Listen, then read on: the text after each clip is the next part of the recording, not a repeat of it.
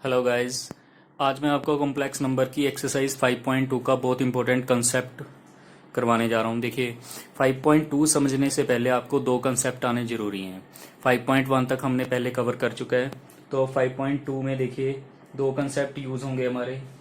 देखिए first concept क्या है, इसमें हमने पढ़ना है आर्गेंट प्लेन। देखिए क्या होता है आर्गेंट प्लेन, आपने 8th से 10th क्लास तक ये पढ़ा होगा कार्टेशियन प्लेन। ठीक है, कार्टेशियन प्लेन ये एक तरह का ग्राफ होता था, क्लियर, जिसमें ये एक्स एक्सिस होती थी, क्लियर, और ये वाली Y axis, clear, X axis Y axis, clear. तो इसमें हम क्या करते थे, किसी भी पॉइंट्स को प्लॉट करते थे, ठीक है, उन्हें कोऑर्डिनेट्स बोला जाता था। जैसे मान लो हमें रिप्रेजेंट करना है 2,3 को, तो ये x है और ये है y। सो मान लो प्लॉट करते हैं हम 1 2 3 1 2 3, क्लियर, पॉजिटिव है तो 1 2 x 2 y 3, तो y 3 आएगा इसके, बिल्कुल इनका कॉम्बिनेशन यहाँ बनेगा, क्लियर। तो इस पॉइंट को हम बोलते थे 2,3। तो ये था हमारा कार्टेशियन प्लेन। आर्गेंट प्लेन में देखिए क्या डिफरेंस है कार्टेशियन प्लेन में, कार्टेशियन प्लेन से। आर्गेंट प्लेन में हमें रिप्रेजेंट करने होते हैं कॉम्प्लेक्स नंबर्स, कॉम्प्लेक्स नंबर्स। और मैंने कॉम्प्लेक्स नंबर्स आपको बता रखे हैं, z is equal to X plus iota Y और a प्लस आयोटा बी। इस फॉर्म में जो नंबर्स होते हैं उन्हें हम कॉम्प्लेक्स नंबर्स बोलते हैं, जो रियल पार्ट और इमेजिनरी पार्ट का बना होता है, क्लियर। देखिए आर्गेंट प्लेन भी सिमिलर ही है कार्टेशियन प्लेन की तरह। एक एग्जांपल से आपको मैं समझाता हूं। मान लो हमें रिप्रेजेंट करना है z is equal to 2 plus 3 iota को, ठीक है। तो इसमें देखिए कोऑर्डिनेट्स जो है आपको कौन से नजर आ रहे हैं, 2 और 3 आ रहे हैं। It means real part of z क्या है, रियल पार्ट ऑफ z है 2, जबकि इमेजिनरी पार्ट इस कॉम्प्लेक्स नंबर का है 3। तो हम वैसे ही इसे रिप्रेजेंट करेंगे 1 2 1 2 3। यहां तक बिल्कुल सिमिलर ही प्लॉट होगा, ये रियल पार्ट 2, ठीक है, यहां लिख लेते हैं 1 2 3, क्लियर। तो 2,3 कुछ लाई करेगा यहाँ, ठीक है, बिल्कुल स्ट्रेट इसके, और यहाँ इनकी कॉम्बिनेशन बनेगी, क्लियर, ठीक है इतना। अब इसमें हमें एक्स्ट्रा में हमें क्या पता चलता है कि ओरिजिन, ये होता है ओरिजिन, यहां से लेकर यहां तक को बोलते हैं आर, यानी कि डिस्टेंस आर। तो यहाँ पे एक हमें फॉर्मूला लर्न करना है और हमें पता होना चाहिए, आर निकालने का फॉर्मूला है R is equal to distance, और आर का फॉर्मूला होता है R is equal to X square plus Y square का अंडर रूट, क्लियर। तो x की वैल्यू हमारी 2 है, ये x है ये y है, तो x की वैल्यू 2, y की वैल्यू 3 का रूट, तो 2 का स्क्वायर 4 प्लस 3 का square 9, 4 plus 9 is root 13, clear. तो इसमें अभी तक आपको कार्टेशियन प्लेन के ऑपोजिट आर्गेंट प्लेन के बारे में पता चला, जिसमें बिल्कुल सिमिलर है, बस यहाँ पे क्या है कि कॉम्प्लेक्स नंबर्स को रिप्रेजेंट करना है, बिल्कुल सिमिलर ही उस तरह है, ठीक है। कोई इसमें डिफरेंस ज़्यादा बड़ा नहीं है, सिर्फ हमें इसमें क्या फाइंड करना होगा, आर। आपकी एक्सरसाइज 5.2 में भी यही होगा कि डिस्टेंस फाइंड कीजिए, आर्ग्यूमेंट फाइंड कीजिए, ठीक है, वो आगे मैं आपको करवाने जा रहा हूँ। तो आपको इतना क्लियर है अभी तक। चलिए नेक्स्ट देखिए क्या है, नेक्स्ट है polar representation, polar representation of complex numbers. Polar representation का मतलब क्या होगा, ठीक है। पोलर रिप्रेजेंटेशन का मतलब है कि कॉम्प्लेक्स नंबर्स को आर और थीटा की फॉर्म में रिप्रेजेंट करना। टू रिप्रेजेंट, रिप्रेजेंटेशन मतलब represent, to represent any complex number, कोई भी complex number, to represent any complex number in the form of R and theta, R और थीटा की फॉर्म में।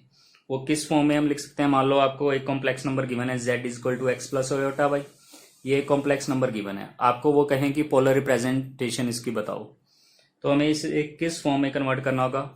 वो फॉर्म होती है z equal to R cos theta plus R iota sine theta. Clear? तो ये एक पोलर रिप्रेजेंटेशन है। ठीक है, आर दोनों में आ रहा है तो कॉमन भी निकाल सकते हैं, हम ऐसे भी लिख सकते हैं, आर कॉमन निकाल लेंगे, कोस theta plus iota sine theta अंदर रह जाएगा। तो आपको इस फॉर्म को लर्न करना है। Clear? Polar representation complex number की क्या है?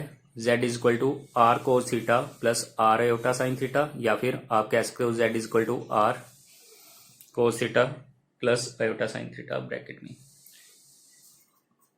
अब पोलर रिप्रेजेंटेशन का मतलब क्या है? ये आर और थीटा क्या है? आर और थीटा को हम बोलेंगे पोलर कोऑर्डिनेट्स, पोलर कोऑर्डिनेट्स।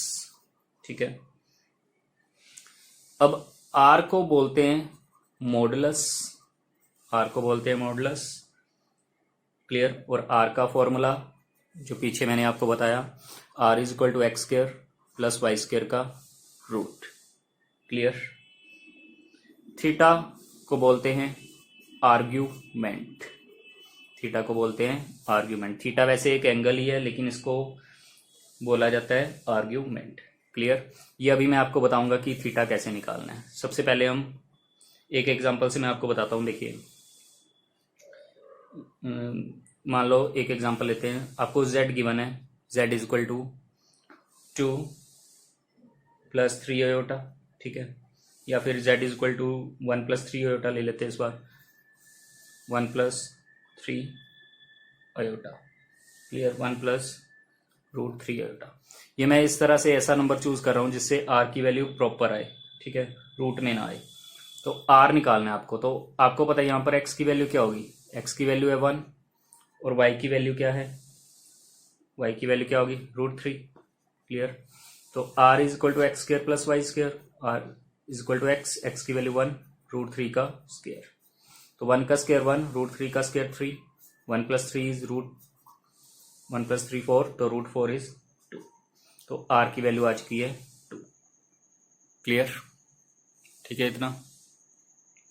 चलिए, अब देखिए जो कि मोस्ट इंपॉर्टेंट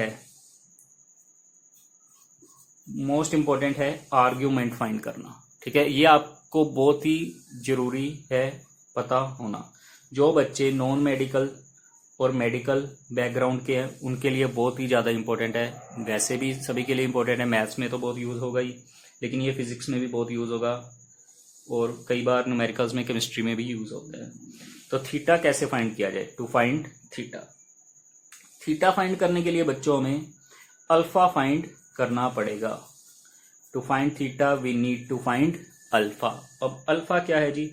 अल्फा का फॉर्मूला है tan inverse y upon x। Clear? अब इस सिंबल का मतलब क्या है? इस सिंबल का मतलब है कोई भी अंदर नेगेटिव वैल्यू होगी वो पॉजिटिव हो जाएगी। ठीक है, अगर पॉजिटिव होगी तो पॉजिटिव ही रहेगी, मतलब साइन में कोई चेंज नहीं आएगा। ठीक है, प्लस ही रहेगा हमेशा साइन। जैसे इसे बोलते हैं मोड, इस सिंबल को बोलते हैं मोड। मान लो मैंने यहाँ पे लिखा -3 और इसे इस तरह रिप्रेजेंट किया, तो इसकी वैल्यू क्या आएगी? 3, और इस सिंबल्स को बोलते हैं मोड। क्लियर? तो अल्फा का फॉर्मूला है tan inverse y upon x। Clear? Alpha is equal to tan inverse y upon x। अब आप कहोगे कि थीटा कैसे फाइंड कर ले? अगर हमें अल्फा पता चल गया तो थीटा का कोई रिलेशन तो पता नहीं चल रहा, तो वो मैं आपको बताता हूं। देखिए, अभी तक मैंने आपको बताया कि पोलर कोऑर्डिनेट्स, पोलर रिप्रेजेंटेशन का मतलब है कि आर और थीटा की फॉर्म में रिप्रेजेंट करना। आर का फॉर्मूला बताया आपको मैंने, X square plus Y square का रूट। ठीक है, तो थीटा फाइंड करने से पहले मैंने आपको बताया कि आपको अल्फा पता होना चाहिए, वो है tan inverse y upon x का मोड। क्लियर? अब बहुत इंटरेस्टिंग बात यहाँ से निकल के आती है, आपको क्वाड्रेंट्स पता है, ठीक है, जो हमने प्लेन बनाया, आर्गन प्लेन या कार्टेशियन प्लेन, जो भी प्लेन है, तो ये फर्स्ट क्वाड्रेंट होता है। क्लियर। इधर x की वैल्यू पॉजिटिव होती है और इधर भी y की वैल्यू पॉजिटिव, मतलब फर्स्ट क्वाड्रेंट में दोनों ही क्या होते हैं, प्लस प्लस होते हैं। सेकंड क्वाड्रेंट, ये होता है सेकंड क्वाड्रेंट, इसमें y की वैल्यू ऊपर है प्लस और x की वैल्यू इधर नेगेटिव होती है, तो x पहले लिखते हैं हम। क्लियर। तो x प्लस होगा या माइनस होगा, इधर x माइनस होगा, y क्या होगा, प्लस। ये है थर्ड क्वाड्रेंट।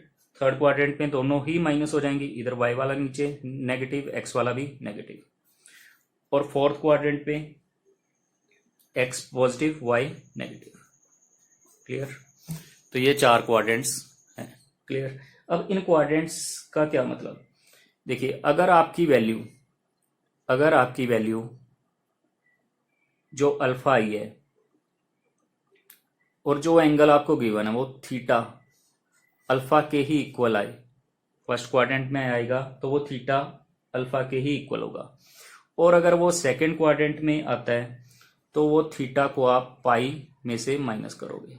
मैं एक क्वेश्चन लेकर अभी समझाऊंगा ये बात। थीटा क्या आ जाएगा, पाई माइनस अल्फा। क्लियर। अब थर्ड क्वाड्रेंट में बिल्कुल बस आपको कुछ नहीं, बस ये 2 चीजें पता होनी चाहिए, फर्स्ट और सेकंड क्वाड्रेंट की। थीटा अल्फा के इक्वल ही होगा फर्स्ट क्वाड्रेंट में, सेकंड में पाई माइनस अल्फा हो जाएगा, थर्ड में क्या होगा, पाई माइनस अल्फा ही रहेगा लेकिन साइन नेगेटिव हो जाएगा, और फोर्थ में भी थीटा अल्फा के ही इक्वल रहेगा लेकिन साइन माइनस हो जाएगा। क्लियर। तो ये इसके रूल है। तो ये 2 कंसेप्ट थे। क्लियर।